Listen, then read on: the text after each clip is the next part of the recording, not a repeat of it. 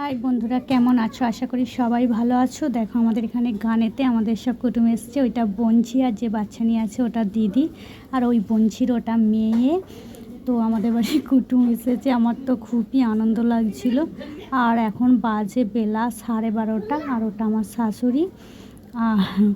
আমি তো খুব হাসছিলাম। সবাই আইসক্রিম খাচ্ছে। এইটা ভাইঝি আর ওটা ঝিলিক, আমার ভাসুরঝি। আর এটা আমার ভাইঝিও এসছে, বলছে আইসক্রিম খাচ্ছি, সেটা দেখাচ্ছ? আমি বলি হ্যাঁ দেখাচ্ছি, কারণ আমাদের বন্ধুদের সাথে সব কিছু শেয়ার করি, সবই শেয়ার করি। আর দেখো এটা আমার মেজো বৌদি, আর মিমি আমাকে আইসক্রিম খাওয়াচ্ছে। তো আমি খেতে চাইছি না, রান্না সারা রান্নাটা দিদিই করলো। আর ওটা আমার বৌদি, আর এটা হলো আমার বাবা, পুচো বাবা, জানো তো? এটা আমার ভাইপো, আমার সোনা বাবাকে আমার এত মিষ্টি না, কি বলবো। সোনা বাবার জন্য খুব মিস করছি, জানো তো? কালকে বাড়ি চলে গেছে। তো দেখো কি রান্না হয়েছে তোমাদের সাথে একটু শেয়ার করলাম, কারণ আজকে ওরা বাড়ি চলে যাবে। ভাত দেখানোর পরেই টক দেখাচ্ছি বন্ধুরা। দেখো এইটা আম দিয়ে মাছের ডিম দিয়ে টকটা হয়েছে, তো খুব সুন্দর হয়েছিল। আর সবটা করেছে দিদিই করেছে। তো টকটা এত সুন্দর হয়েছিল। তো আর এই গরমের টকটা খুব ভালো লাগে খেতে, জানো তো? আমরা চাটনি আমাদের সেরকম হয় না, আমরা টকটাই খাই বেশি। তো এটা ছিল টক। তারপরে এই শাক ভেজেছিলাম, এতে সয়না শাক ছিল, পাঁচমিশালি শাকের সাথে সয়না শাক ছিল। এটা মাছের ঝাল, মাছটা অল্প করে করেছিলাম। মাছের ঝাল, এখানে করলা ভাজা। দেখছো বন্ধুরা, করলা ভাজা। আর কোড়াতে করে মাংসের তরকারিটা দিদি ধরে নিয়ে গেছে, সেটাও তোমাদের সাথে দেখিয়ে দিলাম। মাংসের তরকারি। আর এখানে ছিল এঁচড়, ছোলা দিয়ে এঁচড়। কিন্তু সব রান্নাগুলোও দিদি করেছিল, আর খুব সুন্দর রান্না করেছিল, জানো বন্ধুরা?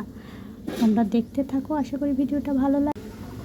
তার মধ্যেই আমাদের ঘরটা প্লাস্টার হচ্ছে। তো দেখো প্লাস্টার মিস্ত্রি তো 2 দিন ধরে লেগেছে। প্রথম দিনের ভিডিওটা দিতে পারিনি, অল্প অল্প করে ভিডিওটা তুলে রেখেছিলাম, তো তোমাদের সাথে শেয়ার করছি। আর ওই দিন কালকেও কাজে লেগেছিল মিস্ত্রি। আর আমাদের ঘরটা হয়ে গেলেই মায়েদের ঘরটা হবে। তো দেখছো আমাদের পাখিটা এত চেল্লাচ্ছে, কি বলবো। আর তোমাদের কেমন লাগছে অবশ্যই বলবে। প্লাস্টার এখন হচ্ছে, কেমন লাগছে বলবে। আর প্লাস্টার পুরো হয়ে গেলে সেটাও দেখাবো, কেমন হয়েছে তোমাদের সাথে দেখাবো। আর সবটাই যেহেতু তোমাদের শেয়ার করি, এটাও তোমাদের সাথে দেখালাম। মিস্ত্রি কাকুটা বলছিল, জানো বৌমা, তুমি কি ছেলেকে, যেহেতু আমার হাজব্যান্ড বাইরে গেছে, তো বলছে তুমি কি ছেলেকে দেখাবে নাকি? আমি বলি হ্যাঁ, কোন মিস্ত্রি কাজ করছে ও দেখতে চাইছিল, তাই তোমাকে দেখাবো, জানো, ভিডিও করে পাঠাবো ওর কাছে। তো বললো হ্যাঁ তোলো। তো মিস্ত্রি কাকুটাও খুব ভালো, জানো তো, আমাদের চেনাশোনার মধ্যে, কিন্তু খুবই ভালো, খুবই কাজ করেছে। দেখছো, বলছে তোলো বৌমা, আমাকে ভালো করে তোলো। তুমি ছেলেকে যেহেতু পাঠাবে, তো আমাকে চেনে কি, যেহেতু বাবা এই মিস্ত্রিকে ঠিক করেছে, তো আর ও দেখেনি কোন মিস্ত্রি কাজ করছে বলছিল। আমি বলি হ্যাঁ তোমাকেই দেখাবো। তো দেখো কেমন হয়েছে। একটা জানলা, জানো, আমার হাজব্যান্ড জানলাটা রাখবে না বলেছিল মিস্ত্রি, কিন্তু জানলাটা জানলা নয়, ওটা তাক, সাইডে যে তাকটা আছে। তো কেমন হয়েছে বলো। ভালো আছো? জানো কালকে কেন আজকে দুবার ধরে গুড মর্নিং বললাম, বুঝতে পারছো নিশ্চয়ই। কালকে ভিডিওটা বৌদি ওরা সবাই ছিল, বোনঝিরা ছিল, তো ভিডিওটা পুরো পর্যন্ত শেষ করতে পারিনি, তাই আজকে তোমাদের সাথে একটু কথা বলতে আসলাম। আর কালকের ভিডিওটা বেশিক্ষণ ছিল না, 2 মিনিটের ভিডিওর মতো। তো তাই ভাবলাম একটু তোমাদের সাথে কথা বলি, করি। আর কদিন ছিল ওরা, 2-3 দিনের মতো ছিল, মনটা খুব খারাপ লাগছিল। তো কালকে সেই জন্য আর ভিডিও করা হয়নি। কাল ওরা বিকেলে সবাই চলে গেল, আর আমি কি করব, আমি এগিয়ে দিয়ে আসলাম। তো তখন ভিডিও করার মুডে ছিলাম না, কারণ খারাপ লাগছিল, কদিন ছিল তো, অনেকগুলো কুটুম লাগছিল, আর সবার সাথে হাসি মজা এইসব নিয়েই কেটে যাচ্ছিল, জানো তো। তো আমার বেশি মনটা খারাপ লাগছিল, জানো, আমার পুচোটার জন্য। 2টো পুচো এসেছিলো, আমার বোনঝির মেয়েও আসছিল, আর এও আসছিল আর কি, আমার ভাইপো, ছোট্ট ভাইপো। তো ভাইপোর জন্যও মন খারাপ লাগছে। আর আলস্যি আসছিল, ওর জন্য, আর বিশেষ করে আমার পুজোর জন্য এত কথা বলে, এত মানে কি বলবো। আর আমার মতো জানো তো, আমি হাসলে যেমন টোল পড়ে, আমার ভাইপোরও টোল পড়ে, তো আমাদের খুব ভালো লাগে।